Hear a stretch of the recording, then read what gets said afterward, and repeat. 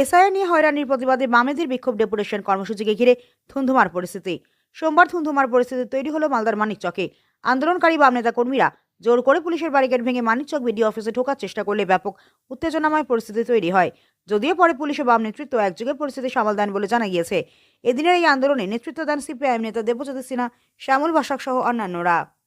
কথা দাবি আছে, এসআইআর চলছে, আমাদের কথা 50,000 লোকের এই 3টা কেন্দ্রে শুনানি সম্ভব? আরও বেশি কেন্দ্র করা দরকার আছে।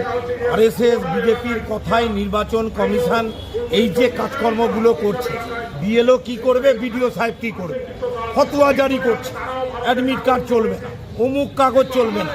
তাহলে এতদিন যে নরেন্দ্র মোদী দেশের প্রধানমন্ত্রী বলে গেলেন, তার কি হবে?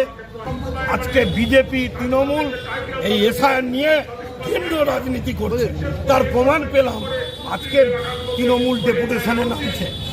আজকে আমরা বহুদিন ধরে প্রচার করছি, কই কালকে প্রশাসনের লোকরা তো আমাদের বললো না, বারবার ফোন করছে, কি হবে, আতঙ্কে আছে। আমরা বললাম আমরা বামপন্থী রাজনীতি করি, আমরা ভাঙতে যাচ্ছি না, আমরা গড়তে যাচ্ছি, সঠিকভাবে মানুষের উপকার যাতে হয় তার সাজেশন দিচ্ছি। আজকে যে নির্বাচনের আগে বামফ্রন্টের ধমকানো চমকানো রাজনীতি, বামফ্রন্টের ধমকানো চমকানো দরকার পড়ে না। আর বামফ্রন্টের যদি প্রয়োজন পড়ে, কেউ যদি সাম্প্রদায়িক দাঙ্গা গ্রামে করে, কেউ যদি এসআইআর এর নাম করে গরিব প্রান্তিক গঙ্গা ভাঙন পীড়িত মানুষ, পরিযায়ী শ্রমিক, তাদেরকে যদি করে, পুলিশের আগে আমরাই দেখব। আমরা লাল ঝান্ডা এবার দেখে নেব। কিভাবে দেখবো সেটা আপনারাও বুঝতে পারবেন, দেখবেন। কয়েকজন আহত হয়েছে দেখলাম। আহত তো হয়েছে, কারো পা হাত কেটেছে।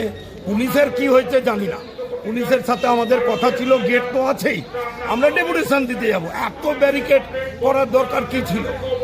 পুলিশের কাজ করেছে, আমরা আমাদের কাজ করেছি। ঠিক আছে।